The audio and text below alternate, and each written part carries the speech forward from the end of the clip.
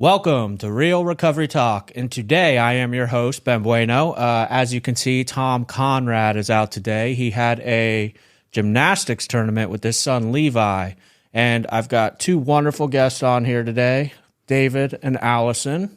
Hello. I'll have them introduce themselves momentarily, tell you all how I met them.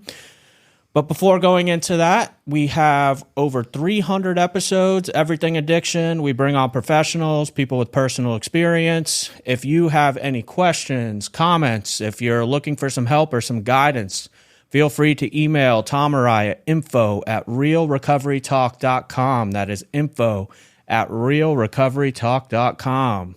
And for our regular listeners, and I was explaining this to Allison and David, this is my first time hosting alone. Like, I'm feeling a little heartbroken, Tom. So when you're editing, please feel a little guilty for me. But either that or I might put him out of a job, huh? What do you think? That's right. So we'll jump right into this. I met both Allison and David, 3 months ago, probably? Yes. Yeah. Uh-huh. Yeah, so at Rock, if obviously we talk about it all the time, but we do a lot of the experiential adventure therapies. And, over the course of the last few years, I picked up some soft top surfboards and I would keep them at the house. And with the amount of clients we have and as Rock grew, it became really hard for me to kind of manage that on my own. Yeah. And just through the grapevine, knowing people in the field, I was put in touch with, Allison actually reached out to me, and I decided to team up with them. Their organization is called Stoked on Life, and I won't tell them what y'all are about. I'll let y'all introduce yourselves. But before we get into what all that's about, just to give an idea of who y'all are on a personal level, out of curiosity, for instance, Allison, how are you doing today, by the way? I'm good. Thank you. You pumped for this? Yes, I am. David, Very you too? excited. Thank Super you for pumped. having us. Awesome. Yeah, super excited to be here. Yes. So, for both of you, whoever wants to start, what got you all involved with substance abuse, mental health, and both on a personal, professional level, however you want to take it. Okay, great. I'll go ahead. So I've been in recovery for 10 years. Since this December 11th is 10 years. So I went back, when I got sober, I went back to school to be a therapist. And so I got into private practice. I worked in the field of addiction. I worked in treatment centers. And I spent a lot of time working in experiential therapy with equine. And I saw there was a need for more experiential therapy. So there was a lack in the aquatic area. Especially here in Florida, we have, there's so many resources with the ocean and with the intercoastal, and I was wondering, why are we not accessing that? So I did a lot of research and found out, yes, there is something called ocean and surf therapy, and it's quite prevalent around the world.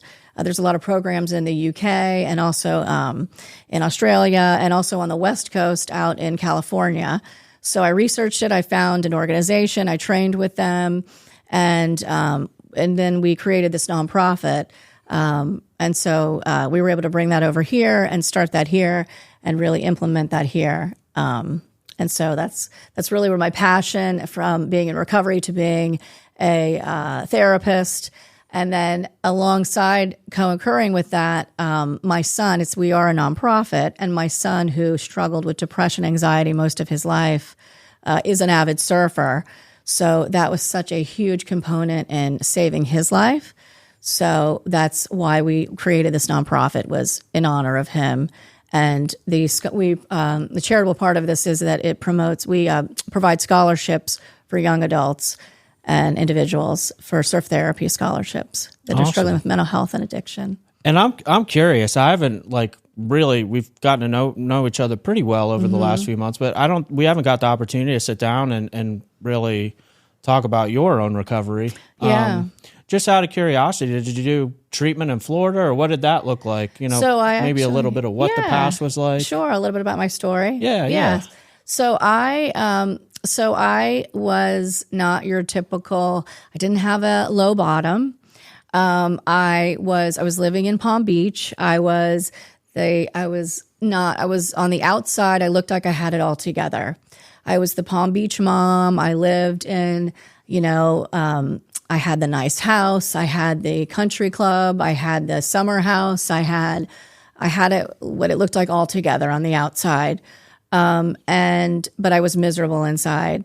And my marriage was falling apart. And by the time that I was 40, I just didn't know who I was anymore, and really came to terms with, I had to decide what kind of life did I want, and I chose that I needed to go find, get help. And so I went out to California. I went to Promises out in California, and it was a small environment there, and it was super helpful for me. And it was really nice to get out of my environment because I wasn't in a healthy environment at home. And it was amazing. It changed my life. So when I came back, I didn't return to my home, and my whole life changed. I had to change my people, places, and things. I got divorced and sober in that year. And so that was 10 years ago. I went back to school. I didn't have a degree because I was in fashion in my 20s, and I was a stay-at-home mom for 10 years. So I had to go back. I had to get my bachelor's degree. I had to get my master's degree. I had to do all of that. So I went back and pursued all of that, and then became a therapist. Right on. I'm glad. I want to jump into something real quick, just out of curiosity. And a lot of these conversations, it's literally based off of stuff that I've experienced in the last couple of weeks. Just that's at the forefront of my mind. I like the part that you mentioned, the high bottom.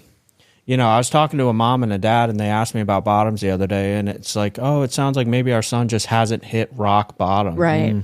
But I truly believe that there is, that's all relative. Exactly. And for you were mentioning, if I heard you correctly, like spiritually, internally, you just weren't. Exactly. What's your take on that? Exactly. So whenever I'm working with clients, that's a big thing for me, because I want to make sure that people understand exactly that it's relevant to you, that you don't have to be, hitting a bottom doesn't have to be that you're homeless. It isn't that you are, without a job, that your family isn't speaking to you. It's basically, like you said, that it's spiritual bankruptcy. I was at a place where I knew I wasn't who I was. I wasn't being the best person that I could be. I remember that I was turning 40, and that I was thinking, when I'm going to be at the end of my life, am I going to look back and think, that's all I did? That I haven't done anything. What have I left this world? What have I contributed anything? We would go to our country house in the summer, and it was the same thing every year. We would go to these cocktail parties, and I know that it sounds so glamorous and wonderful on the outside, but it wasn't. It was so empty on the inside, and I felt it's so not what it appears to be. I would be in magazines. I would be in the shiny sheet in Palm Beach. It was not what it appeared to be. It was so empty. So it doesn't have to look like what you think a typical alcoholic looks like. I wasn't drinking under a bridge, homeless. So you're right. It has to come, to what you feel your spiritual bankruptcy is. And it was just as painful. Yeah, no, definitely. And I'd like to take this opportunity to segue over to David. Yeah. Thank you, Ben. Appreciate that. Give us a little backlog. Been working with Allison for months now. Yeah. I've actually never heard your story. So I actually identify with that story so very much. And I'll share my story. I just turned 40, New Year's Eve. Yes. And congratulations. I was a year and a half ago going through a divorce, and that was my high bottom. And very similar to your story, that from the outside looking in, I looked like I was in good shape. I worked in physical therapy. I had the house and the wife and the kids, and social media, appears a certain way. Everybody fixates on that, and inside I was just a shell of the man that I wanted to be, and drinking daily, not to the point where I was getting, hammered, but it was very unhealthy. And I love that high bottom. That's such a good point for so many people out there that just are at that level. And for me personally, you know, I could see this guy like on the mountain and like who I wanted to be. And I was a shell of that guy. And so through some deep spiritual work and meeting the right people, just kind of changed that relationship with alcohol altogether. And then, so I launched Jupiter Island Surf as my for-profit surf business, as like a passion project. You know, I just needed something to put my attention in that I loved. And surfing has been a part of my life since I was 12. And it's always a place to escape where I feel eternally present, and it all makes sense out there. And so launched Jupiter Island Surf, you know, doing personal lessons, group lessons, parties, coaching people at all different levels, and, you know, law of attraction, just putting my energy in the right places, spiritually, emotionally, physically.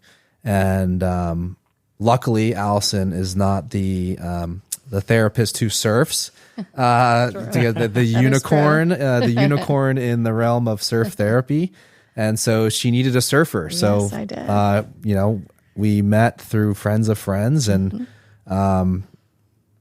yeah. So now I'm the aquatic director for Stoked on Life, and it's been such a life-giving experience for me. And man, it doesn't feel like work ever. It's just it's such a beautiful thing. Like all the clients we touch. It's such a cool thing. And so I'm really excited for the journey, excited to be part of the team. Yeah, go ahead and fire off any other questions you have for me, Ben. Right on. Yeah. How did the two of you meet exactly? It was through the woman that was doing your editing. Yes. Who worked for a surf shop. So Right. my cards were in the surf shop. Yes. And then I forget her first name. I think it really matters for the story, but Right. Yeah. So we met. I was looking I needed a somebody to help with the aquatic piece. And I went into to Ocean Magic, actually, to a surf shop. Yep. That's a great supporter of ours. And went in there, and David, so I was referred to him. That's the thing. And I'm so blessed because I asked that question because I always talk about it, like on the podcast, Tom and I do. Here in South Florida, the recovery culture is phenomenal. And it's just such a small world. And that's why I was curious about the details. Right. Where you just come across people and I'm like, man, I can't believe we never met before because we have so much in common. We have the same mission, you know, and I'm just a big believer God put certain people in your life at the right time. As am I. And yeah, it's a magical thing to be a part. And I always encourage our families, because you mentioned the geographical change for yourself, Allison, with going out to promises. And they're so oftentimes our clients that come here, for instance, they end up deciding to stay here. Right. Because there is something special in this area. Now, Exactly. I don't want to get the cart ahead of the horse and, you know, these family members that are up in Ohio, oh my God, I'm going to send my kid, he's going to get sober, have a great life, and then just never come back. yeah. Right, right. But I'll throw it out there. That happens. But it's true. I mean, there's a huge recovery community here, you know, and then you can create such a lifestyle here, you know, that's sustainable, you know, because you can really, I always say, like, you know, to build, you have to have a life that you want to wake up to and live and have a purposeful life here. You know, there's so much that you can create here for that. And I'm curious too, because did your interest in what you're a LCSW, correct? Yes. Which is a licensed clinical social worker in the state of Florida. That is way more school than I'll ever commit to. Right. I mean, you got your master's, then what is it? 3 years of, and it's 2 years of supervision. 2 years of so basically 10 years of school, if you will. So I got my bachelor's degree, and then I actually did the advanced standing. So if you can qualify, if you have a certain level, you can qualify, and I did it in 7 months. So I did the 2 years in 7 months. Oh, wow. So I was ready to let's bang it out. So I did it in 7 months, and then then you do the supervision for 2 years. And I bring it up because I'm curious. You get people that are in early recovery and they want to jump on this path. For me, it just kind of happened organically. Did you make up your mind, this is what I want to do? Like one day, was it early recovery? Was it down the road? It's so crazy. I always knew that I wanted to be in a helping, in some sort of I knew that would fill my soul, that I wanted to be in some sort of like a helping field, because I was in fashion in my 20s. I was a stay-at-home mom. I was looking for something that was going to feed my soul that way. So I actually was thinking maybe teaching, wasn't quite sure. And then I knew when I was in treatment, I knew that's where I needed to be. And I remember sitting in a group room in Promises. I remember like clearly sitting there, and there was a woman there, and she had gone through Promises, and she was working there. She'd been sober for 5 years. And she was like, she told me the story of her story, that she had been there and she had gotten sober, and she went back and got her master's. And she was, I think, in her 60s. And I thought, if she could do it, I can do it. And I'm going to be a therapist. And I visualized it. And I even visualized working at the treatment center where I worked, because it was very similar to where I went to treatment. It was very small. And I thought, one day I'm going to work there. And I did. And I ended up working at Seaside. So I visualized all of these things, and they came to be, and it was incredible. And like you said, I believe things come in your path for a reason. And yeah, definitely. It's been my way. David, I had a question for you too. And this is just for my own, I'm curious as an individual. Yeah, absolutely. Part of my past, I grew up surfing. I've been surfing since I was 8 years old. Yeah. There was definitely a part in my life where, you stay up till the birds are chirping. Nothing's worse than the birds chirping in the morning. You're True. like, oh my God, that is the true. worst sound in the world, where other people are waking up and they think it's beautiful, like the Cinderella scene on Disney. Yeah. I know. I'm like, oh my God, the world is ending. I agree. But I don't agree. I love the birds in the morning, guys. Well, Come now on. we do. Crack the windows. Well, now we yeah, do. But in yeah. the past, that was not a good. for me, this was after like smoking crack. Yes, right. Everybody Cocaine else all is night. going to work, and I'm like, oh no. Yes. I'm like a vampire. The sun's gonna melt me. Like a Yes. gargoyle. Yeah. But I was curious because surfing has always been such a huge part of my life. Absolutely. And my addiction like really took me away from it for a while. I mean, it got to the point like I'd be like, oh, there's a swell coming, but it's 5 a.m. and I've been up all night For sure. and I'm not making it. Yeah, I can relate to that for sure. I started surfing when I was 12. I did some like local circuits like ESA, NSSA, and I wasn't bad. I was actually pretty good at surfing. All right, he's being modest. Yeah. He rips. I know. I've seen the videos on Instagram. Right. I only Yes. put the good stuff up. You don't see all the falling that happens. But yeah, there was a point when, I probably could have gone that route if I really wanted to. And I had the support system behind me. If I really wanted to surf competitively and like really lean in, I might have done okay. Mm-hmm. And I don't have any regrets. I feel like my life is really steering me the way it should go, go with the flow really. But yeah, alcohol, partying, that took me away from that. I remember plenty of times when my buddies were trying to rally me, and like you said, open your eyes in the morning and you're like, oh man, I'm still kind of drunk. Like I'm supposed to go surfing with my buddy. The swell's really good. And then like my cardio went to crap, and really just everything went downhill.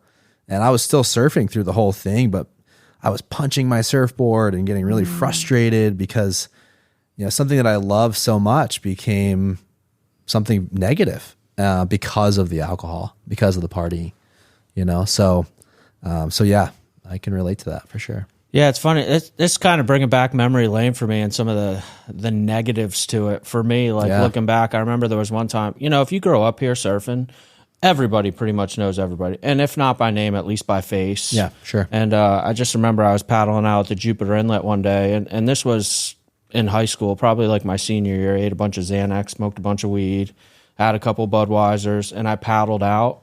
And I remember just feeling like my arms were moving, but I was literally staying in the same spot. Yeah. And I remember one of the older guys that I would always see out there, didn't know him by name, and he just looks at me and stops paddling, sits up real quick, just looks at me and says, why even bother paddling out? Yeah. And dude, I just remember my heart sinking. Like, oh, that was the worst feeling. And when it's coming from an older guy in the lineup, because there's that pecking order. This absolutely. dude's been surfing Jupiter Inlet for 30 years, and here I am in high You school. needed that stab, though. Yeah. And I still didn't get sober for a long time, but I'll never forget that feeling of like, oh, that's, it hurts. So, Yeah, is there, as far as personal, professional, getting to where you're at today, anything else you all wanted to touch on before we move into? Yeah, no, I feel blessed to be part of this journey for sure. Yeah, Allison definitely. And, the staff and other people and her husband, Dave, have just been such good advocates for me in my life and helping me even launch a life coaching business for people that are in recovery. Yes. You know, so just, I feel like I can help the person I used to be the best. So right on. That's really something I'm really excited about. I like elaborating on things when they come up because, as I mentioned, I have early onset dementia and I'll forget to talk about it. You just mentioned life coaching, and we've talked about that briefly. Yeah. A lot of our listeners don't know what that is. I don't know that we've talked about it too much. We've had a couple folks on that, you know, they're recovery coaches, stuff along, but we've never gotten too into it. What does that role look like, and, you know, what's the intention? I mean, like I said, I'm kind of the new kid on the block, and I'll let Allison elaborate, but you know, in the realm of recovery, just showing people their purpose, I think, is really a huge thing as a coach, you know, and showing them that, you know, you can get a reward for the pain you've been through, and you keep shoving that sword in the fire, and, you know, that can be useful, you know, so using your past to forge a really amazing future. And that's really one of my main goals with life coaching. And just teaching them to be high on life, stoked on life. Yeah, I think that's a big thing too. Exactly. So I knew when I always toyed with life coaching, and then I'm like, well, you know, I'm not going to coach business because I'm not a huge business guy. And, you know, my relationship, especially going through the divorce and everything, like, I'm definitely not coaching relationships, but like health, wellness, personal growth, that seemed like a route that I could be useful in. And, you know, I worked in physical therapy for 11 years. I did the math. I did over 37,000 treatments in the clinic, and helping people is what I love to do, man. Just being an empath and someone that wants to help. So like I said, just going with the flow, and Allison's such an advocate for me. I'm pretty excited for the journey, but I'd like to hear Allison's description of what that life coaching career looks like for people that are in recovery. Yeah. So, and I'm also a certified recovery coach. But yeah, so finding purpose and really helping people foster their strengths, and really, you know, a therapist really kind of digs deep into what are the underlying issues. And a coach, I like to look at it, takes you from the present forward. So it takes you, really looks at, you know, let's foster those internal strengths, and let's find a purpose for you, you know, and let's help you, let's actualize that, you know. So let's help you with your schedule, and let's help you with the day-to-day things, and really help you. Let's set up those goals and help you get there. Yeah, I hold the opinion that a lot of that sometimes gets lost in translation, because it does need to be all encompassing, the recovery process, whether it's just life in general. But we really emphasize, like, I always say, bridging the gap between the clinical work that's being done therapeutically and what's actually being done on the outside. I feel like a lot of models, and it's not intentional. Right. I think it's just, it happens kind of organically. But for instance, you know, I was the kind of guy, I could sit in front of my therapist and say everything they want to hear. And it's not that I was doing it intentionally. That was my intention. Like, if you were my therapist, I'd look you in the eye and be like, here's what I'm going to do, and these are my intentions. And then I would have no follow through afterwards. Right. Because you don't really have the skills, right? You need that. It's a lot of, like, you know, behavioral skills that you need someone. It's a coach. You need someone to help you actually get and reach those benchmarks. Accountability. It's accountability. Yeah, it's a coach to help you. And also to help you find that, like, what are my goals? What is my purpose? And help you align with your values. Like, a lot of people don't know what are my values? What do I? Because when you're getting sober, you know, your value system, it isn't the same as when you were using. Right? I mean, or it's not, it doesn't align with that anymore, you know? So you really have to dig deep and figure out, you know, what you want your new life to look like, and then, you know, these are my values. I want this to align with that, and let my purpose align with that. And then let's create a pathway there and someone to help you get there. Yeah. And I love the use of the term pathway. Yes. You know, look, I mean, with addiction and trauma in general, you're dealing with neuroplasticity. Yes, exactly. You know, we've been traveling these highways of negativity and addiction and trauma and, you know, the groundwork for your life between 12 and 16 or whatever it may be. Like maybe you grew up in kind of a messed up household or there was addiction and, you know, things that surrounded you. I know that I had a household like that. Right. And so, you know, changing those mental pathways takes time, takes a team. Exactly. You know, like that little gravel path of positivity or that gravel path of changing your perception of something. You got to keep traveling that path in order to make it a road and eventually a highway. Exactly. And so I think just working with a coach and a therapist and your family and, you know, positive influences, and it's just all part of it. It's all very encompassing. And maybe Allison could touch on this. I know I can't.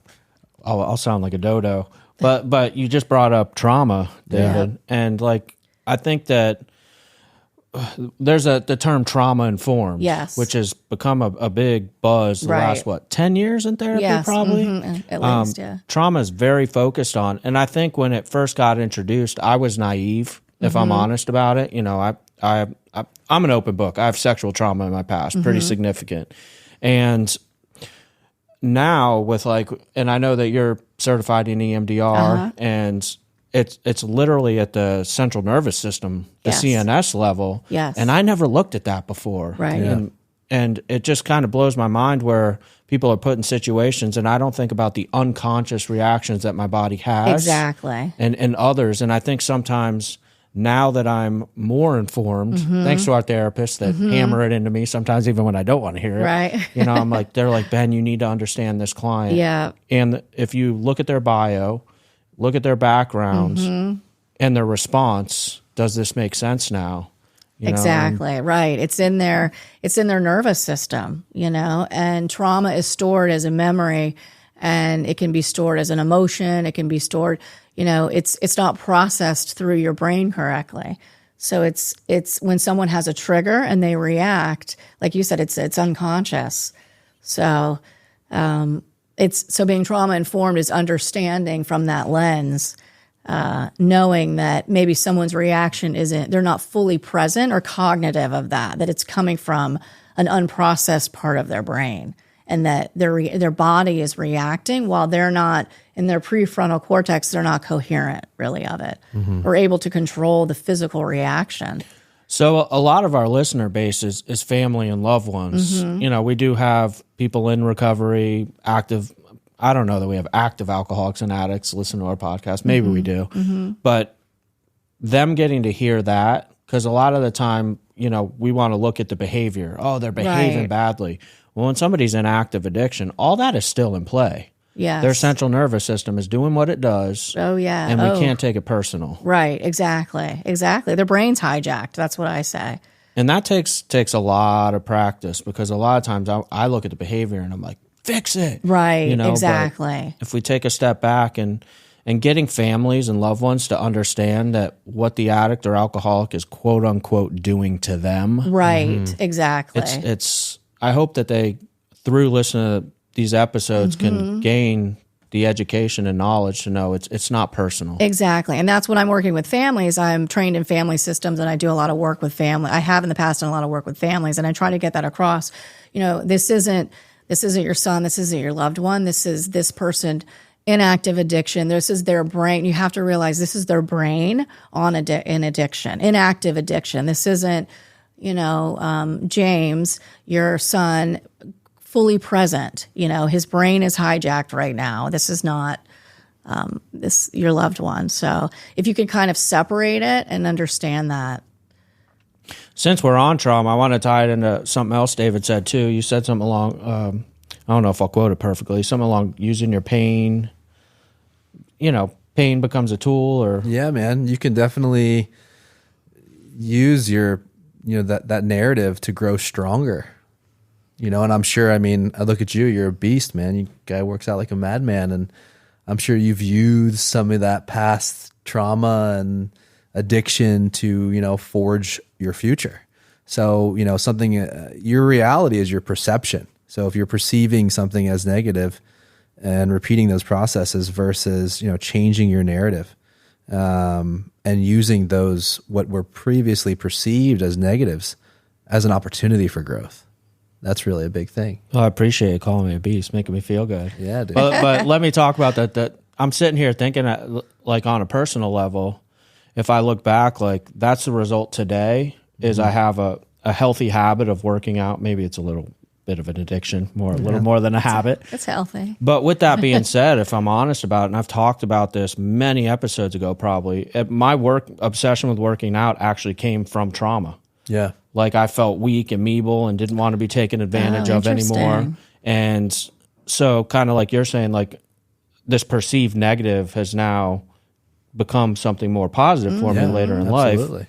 And, you know, I was mentioning the central nervous system stuff earlier, but part of since we're talking about trauma, part of the way that I've looked at it, for instance, with my sexual trauma that I've had, I kept that to myself for years and years. It wasn't until my mid-20s. I don't know if I've ever disclosed the details. Maybe I have, but the first time I ever talked about it, my mom found me on the side of the road. I had been smoking crack, and, you know, I was high as a kite, and I finally just lashed out, and I said, this is because of this and that, and, you know, just vomited all over her, basically, emotionally. And looking back, you know, today, I always felt like this victim role, right? Yes. And it wasn't intentional. And at the age that I was at, did I play a part? No. Like I wasn't responsible for what happened to me. However, what I see today, and I don't know that this works for everybody, but has worked really well for me. The very first time I had the opportunity to sit down with another man who had gone through the same thing, and I disclosed to them my details first, and then they were like, hey, I've never talked to anybody about these details, but since you told me, I feel comfortable telling you. Love that. And it was like, for the first time ever, what was always a liability for me became an asset. And I'll be straightforward. Now I use that when appropriate. Like I don't go out there like a billboard talking about my trauma and the details, because to be honest with you, I still don't like talking about it. I still get that CNS response. I'm like, ugh, I start like, you know, my hands get clammy and stuff, but it's a bridge into trust, building a relationship with somebody else that's been in it. Yeah, absolutely. And I know when I met you, Ben, we were having conversation, and you're like, hey man, I feel like you're part of my tribe. Yeah. And I was like, man, I just really feel that. And from what I've seen, you know, men and women surrounding me, some of the ones that have the best stories and the strongest will and are the best humans. My best friend, he's a beast across the board. They've come from addiction. They've come from a really low, dark place. And so just giving people, just knowing if you're going through it, whether you're going through the recovery process or shortly after and you're trying to figure everything else out, like you can use that to really transcend into like an amazing, life-giving human doing your, you know, serving your purpose. You know, kind of the phoenix rising, you know? Definitely. Definitely. So true. So let's move into, prior to even starting all this, I really wanted to get your all's insight on surf therapy. Yes. I know, like, I'll be honest, when I first surfing was something I liked, and it's one of my major passions, and I wanted to tie it into recovery, but at the time I did no research. I'm just like, how can I make a lesson out of this for recovery? And just kind of was winging it. But you all definitely have more education, and I don't know, maybe you can connect the dots for our listeners, for myself, on the benefits, you know, maybe some perceptions about it. Because, you know, as a listener, you might be saying to yourself like, oh, how in the world does surfing help you stay sober? How does that help you with your mental health? Right. You know, so maybe we could touch on some of that. Sure. Well, I love to talk about surf therapy, so I can talk about it all day. Perfect. And I'm a clinician, so I geek out on all the evidence about it. So, yeah, so surf therapy. So there's research that's growing about it, and the evidence shows that that it helps reduce. So it kicks in so when we're active and we're in the state of flow, So it reduces it kicks in your parasympathetic nervous system, which reduces symptoms of depression, anxiety, PTSD. There's even a research that shows that it reduces cravings for alcohol and substance use. And then also there's some research. We were just at the International Surf Therapy Organization at their conference in Puerto Rico, and I was talking to Jamie Marshall. He's a head researcher. He actually has a PhD in surf therapy. And we were talking, and he was telling me there's some new research coming out on being in the state of flow. And it's actually, you are in a state of respite. Your brain is in that. And then it's activating the same part of your brain that is when you're getting like a high, like a drug high, like hitting the same part of your brain. So there's getting more into that research that's coming this way, which is exciting because really it's replacing a drug high. So anyway, but it's very exciting to get more of the research on board because that kind of it builds the efficacy of surf therapy. And what we do is in our groups we're on the beach. And we're doing some grounding and some resourcing, which is like some clinical skills that we're doing.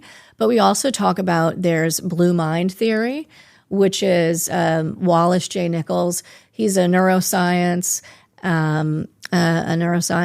and he wrote the book Blue Mind, and he coined the phrase blue mind theory. And anyway, that is if you're in, on, or near water, that again, it kicks in your parasympathetic nervous system and you're getting all the benefits of really calmness and zen. And again, depression is weakening and anxiety is lessening. So same thing. And cravings for alcohol. So all that benefit, just being around that. So even people that come out and they're not in the ocean, they're sitting on the land, they're getting that same benefit. Mm-hmm. So we mix that in. We have the state of flow. We have respite. And then also we are building this whole sense of community that within when you're out there, the studies also are showing that you have active creativity and the community when you're actively engaged and you're around each other and you're out there in that environment in nature and everybody's relaxed, that you're able to connect easier. And so as opposed to like if you're in a group room or you're like across from a therapist. So all of our counselors, all of our like associate watermen and our volunteers, they're in our circle and they're sharing as opposed to, so it's more like a peer-to-peer group. So it's not, there's no feeling of like a hierarchy, if you will. Mm-hmm. Yeah. So that creates the common social support to community, which is what the research shows, again, that has been the beneficial part of surf therapy. So there's a lot of different things that go into. It's not just the actual surfing part. And then I'll take the mic. Yeah, and then you I'll take the mic for the experiential portion. Yes, and then he can handle the surfing piece. Yeah, no, I mean, just the Mother Ocean's very volatile. Yes. Life is very volatile. Mm-hmm. And it's all very relatable. Mm-hmm. And it's been so cool, like you said, just being involved and sharing myself and being part of the groups. It's just so life-giving. Yes. And it's really amazing to see the clients go from the sand and in their red mind and just you can just feel their anxiety in the group. And then they come out of the ocean and the smile and just the eternal presence. And that's really what I want to touch on now is, Ben, I'm sure you can remember the first solid wave you had, or like going down the line for the first time. There's two. The very first wave I ever caught, and then the first time I went down the line. Yes. Oh, wow. And then in the barrel, Oh, yeah. Oh, yeah. That's the best spot as a surfer. Like you get inside of a wave and to talk about it just seems very superficial, right? Like, oh, cool, you're behind water. But time stands still. You are eternally present in that moment. And to share that with other people, it's amazing where you're not using your mind at all, really. And that's what we promote. Mm-hmm. And those 3 or 4 seconds, as a surfer, you spend 99% of your time sitting in the ocean. Also a great time for reflection, no distractions. I love that time. But the riding of a wave, 3-4 second ride, You are there in that moment. Right. You are eternally present, and you can't be anywhere else, and nothing else matters. And those little glimpses, they stick in your mind for the rest of your life, and you can pull from them too. You know, Right. I know we hear from our clients that are coming, weekly. Oh man, like I've been holding on to this all week, using these principles all week to deal with all of these other life stresses, and it's just been such an amazing thing. Even when I got into it, knowing it was research based was big for me as a clinician. Not just some stoners on the beach with some surfboards and Right. hey man, Kumbaya. get out there. Spicoli. Right. Exactly. Yeah.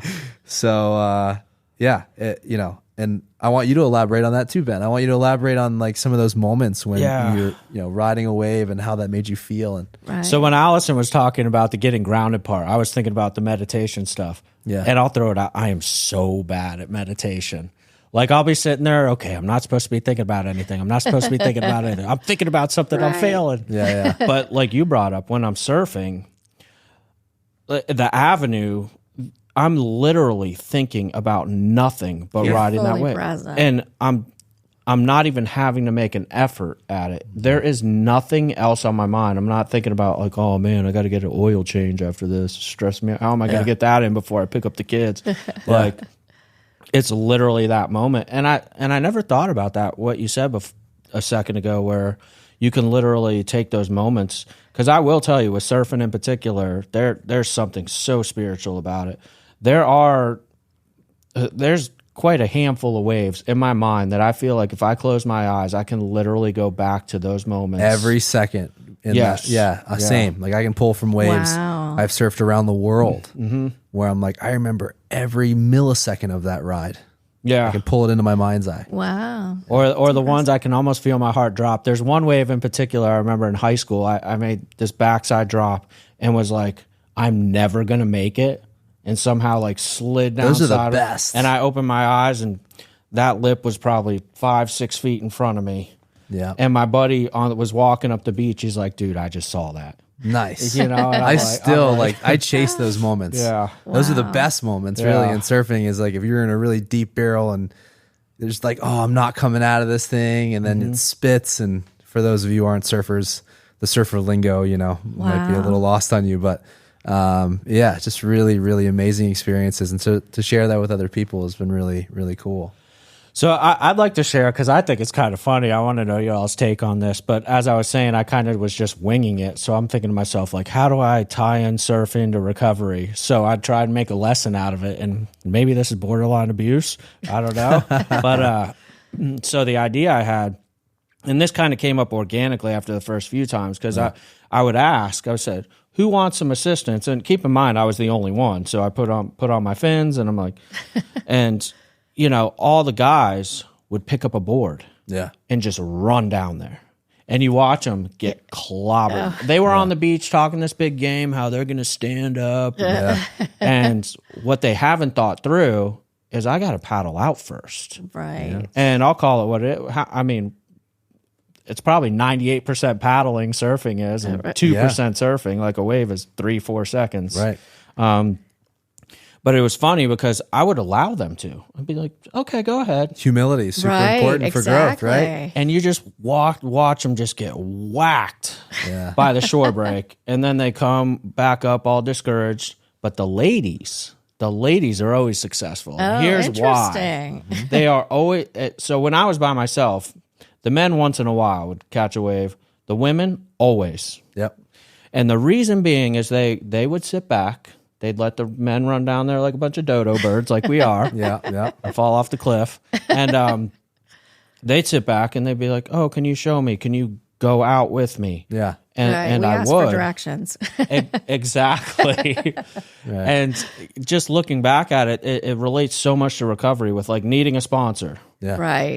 That I haven't thought through everything. I got myself way ahead of where I should have been. I'm thinking about riding the wave. I didn't even think about getting out there. Right. And asking for help. It's like an ego thing. Exactly. And then they're probably all together, so it's competition. So it's, Well, the ocean forces humility It does. Right. and grace. And Well, that is- exactly. That's recovery. You're not going to overcome the ocean. No. I mean, come on. Like you think you're going to just paddle out and catch a wave And then Right. a set comes and you get pounded. Exactly. And your body's getting ragdolled and you can't stop that. You can't Right. fight that. The only option you have is just to let go. Exactly. You know. The other part that I would tie in that I noticed you all do organically, you were talking to some of the folks paddling out the other day, is I would also tell the women, hey, you see where the men just ran straight out? And say, let's walk down here 30 yards and paddle out. So we're not right on that point. Yeah. And you just watch them right out. They don't have to duck dive anything. Yeah. So Right. kind of like recovery, it's taking a step back and looking at the situation, being around of your surroundings. Is this a good idea right here? Is it not? Should I wait? Should I wait for this set to come through? And recovery is so much like that too. Exactly. Like, I might hold off on going to a concert for my first year sobriety. I don't know. I'm just throwing out examples. Sure. That same kind of thing. You Right. know? Exactly. Yeah. Being the watcher. Right. Being the watcher of your thoughts and those patterns. Right. Like the guys that just like, I got this. Right. Give me exactly. the board. Rah! Then they just Right. get clobbered, because they're reacting out of instinct. If they can just sit back and be the watcher of their thoughts and really plan their attack, they're going to have better outcomes for sure. And that's something, tying it back into Stoked on Life and surfing is, I read a book many years ago. It was very life-changing for me. It's Eckhart Tolle, The Power of Now. Love that book. Yeah, and that really changed my perspective on life in general. It's like, hey, you really don't have your past and you don't have tomorrow. No. Like, all you have is right Exactly. now. But some people are like, yeah, it sounds awesome, but like, Ben, I can't meditate. I can't. Me neither, bro. Like, it's super hard. Like, to go no mind meditation, it's a practice that Yeah. like you got to really work on that. But mindfulness and surfing forces Right. mindfulness. To be present. Like Exactly. you can't, like when you're on a wave, even if you're riding it on your belly, Yes. or you're out in the ocean, you're getting thrashed by the ocean, you're still eternally present. Right. And that's really where life is. And so, yeah, it's very Definitely. relatable. Definitely. You know what always surprises me too? I don't know if I'm curious if you've had this experience. I get to know our clients pretty well prior to them going to these surf groups. And a lot of the times it's the ones that I would not expect to try it Yeah. and give it a go that end up doing this and loving it. Yeah. I mean, I'm like, man, I'll be honest. I'm like, this guy's a bum. I can't get him to get into the gym downstairs. I can't.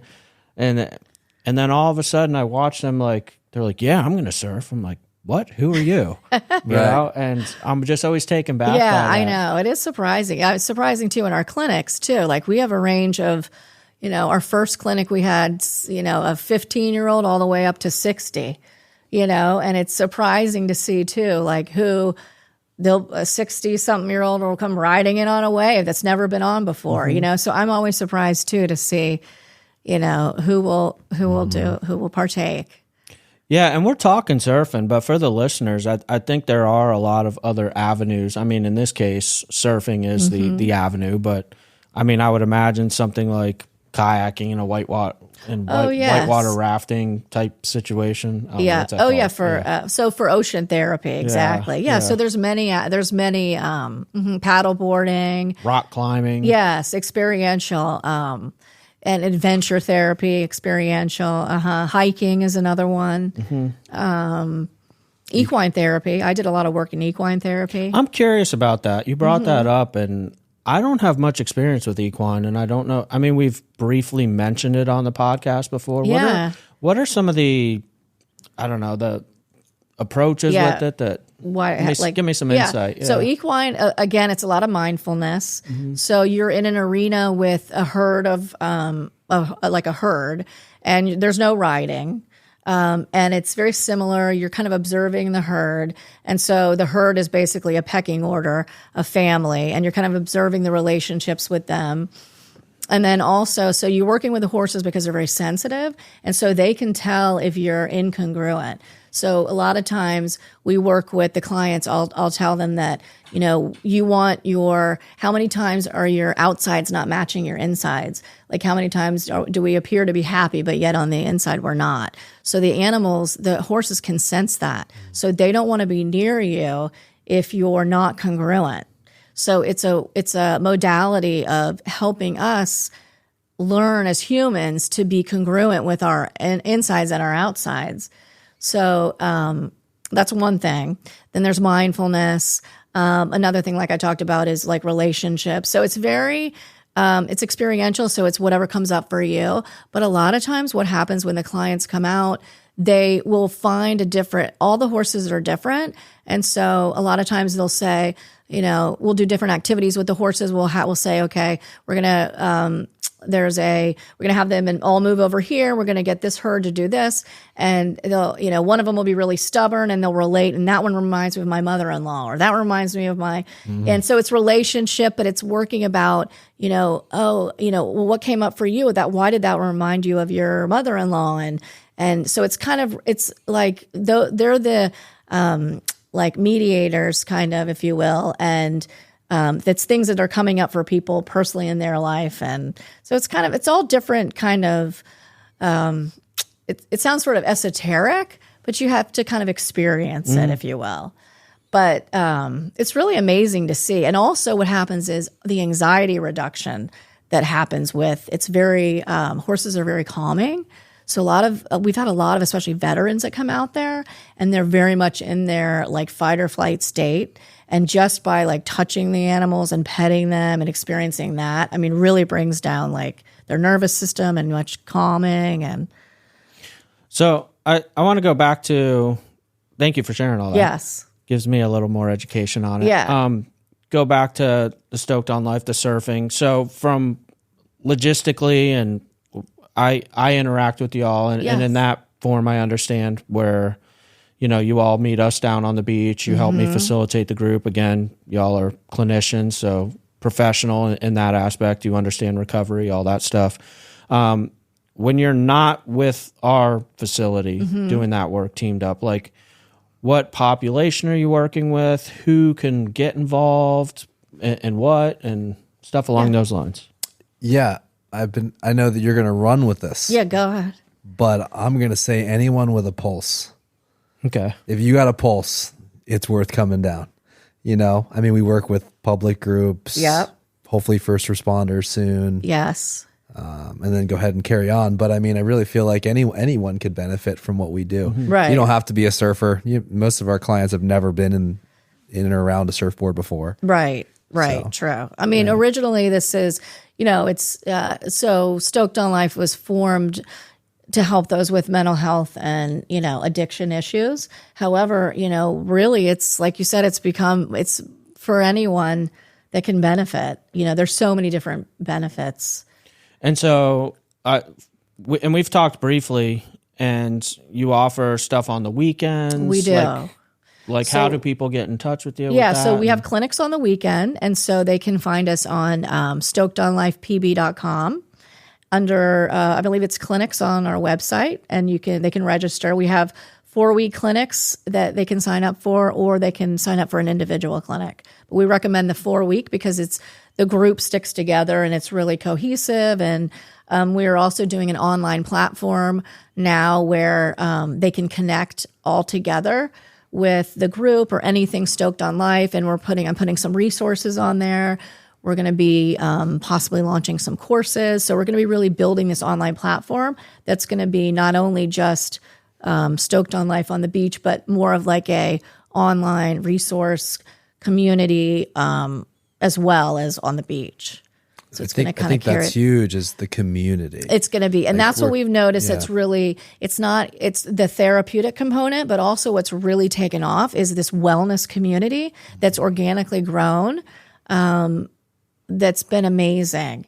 And that the groups that we've had on these Saturday clinics, they've really organically just connected and vibed. And so we want to just carry that in between when they meet on Saturday. And so we're fostering that, and they're connecting, and they're sending pictures. I'm in my Blue Mine today. I'm on the beach, and they're talking daily, and they're doing their gratitude journals and supporting each other. And so we want to really just grow that out. And maybe even I have people that reach out to me and they're like, God, this is amazing, but I'm in Indiana. Well, so why can't they be part of our community? Mm-hmm. Maybe we're streaming a part of our session live sometime or something. So these are some ideas that we have. So do people have to have mental health, substance issues? So it is. So our you don't have to. So our we call it our Waves of Wellness is our Saturday clinics. So basically what we're doing is we're going over topics of mental wellness. So it's about learning to be in, we call it your blue mind is our leading topic. And you're learning coping skills of how to be more present and be mindful. And that's what we call Stoked.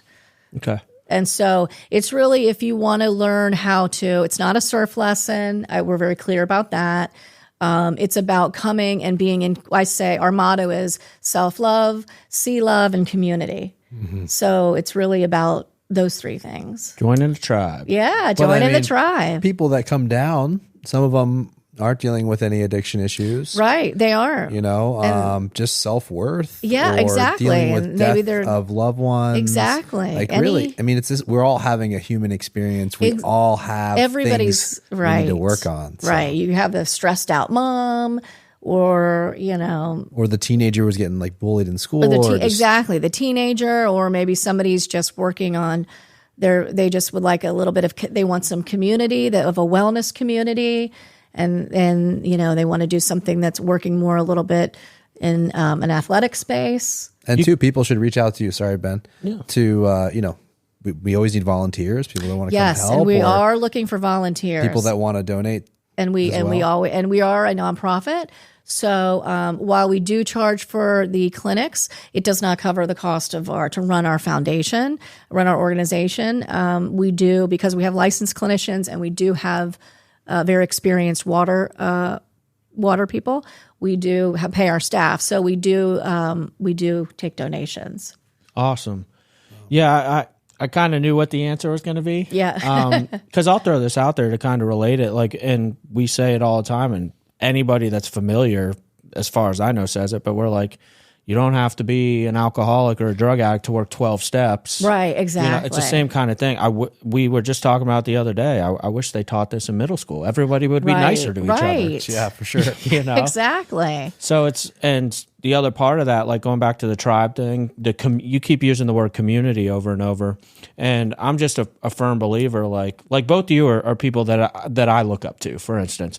Like either one of you could be a mentor of mine. And I feel like if I had an issue, because I know you in this space, and I also know that you're both professionals, it's like if there was something that I needed to talk about on a personal level, I feel like I have that connection. And I think the more community you have, the more likely you are to find those people, because we can't go through this journey alone. Exactly. No, we can't. And I think, the old adage, like, as boys growing up, a lot of times we got the father that says, hold your feelings in, don't talk to anybody. We keep this in the family. And in my opinion, that's just not healthy. And not at all. I think that awareness is out there now. So the more community you have. Exactly.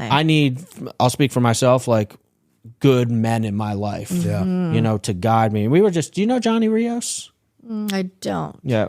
He has a group, foundation, I guess you would call it, called Primal. Okay. Where he takes men and boys on a rite of passage where they. Wow. It's pretty incredible.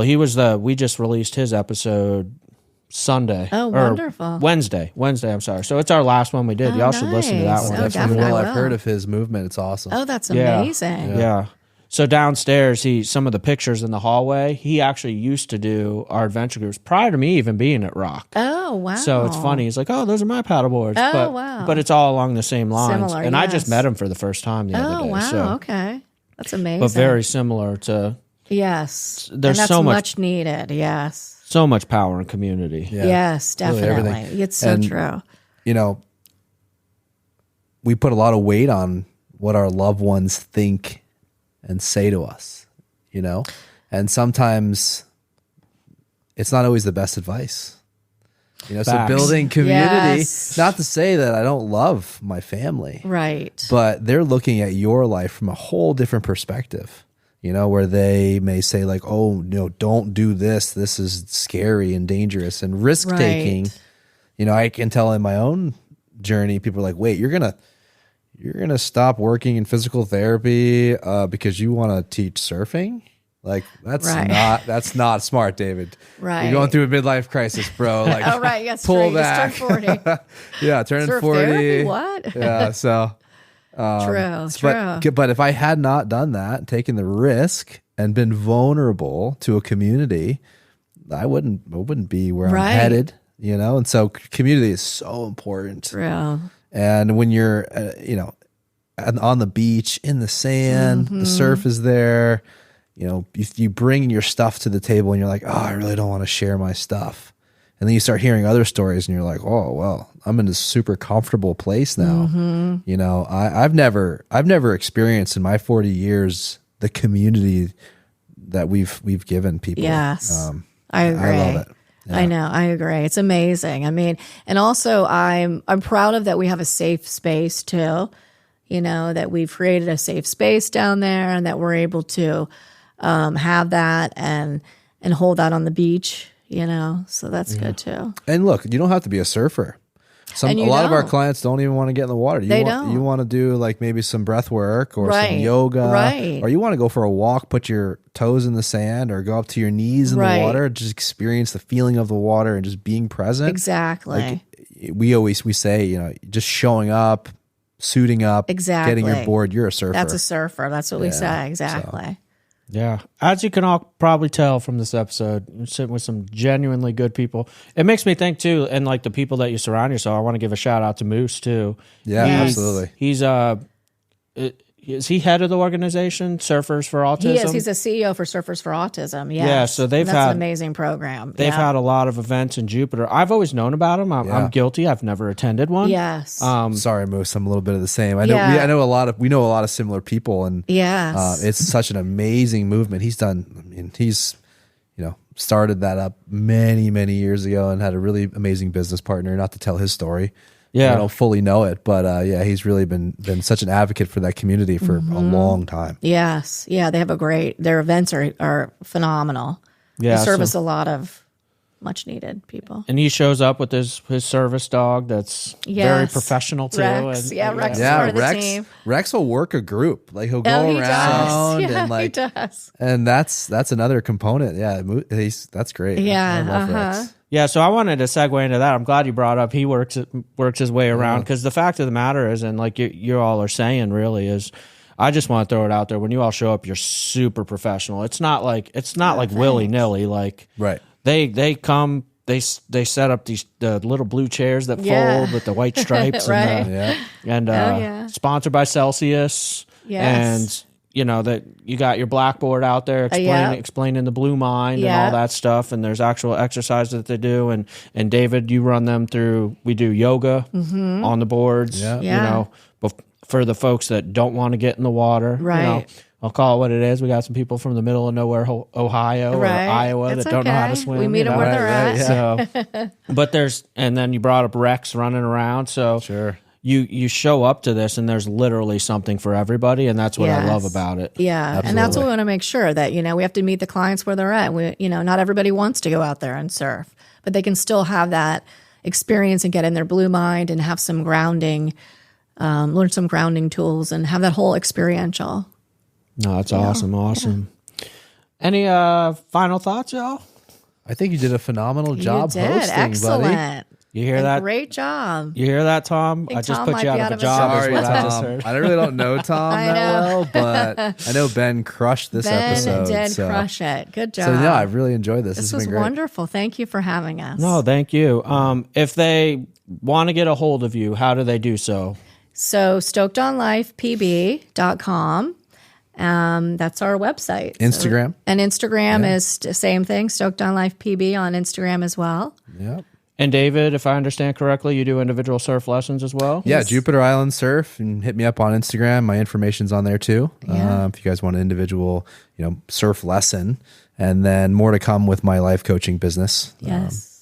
So yeah, keep you an guys amazing on life standby coach, very talented. Yeah, thank you for that, Allison. Appreciate that. Yeah, awesome. Well, it has been an absolute pleasure, and we're going to go get lunch, so we get to keep hanging out. I'm excited about that. Yes. But to our listeners, thank you for tuning into Real Recovery Talk.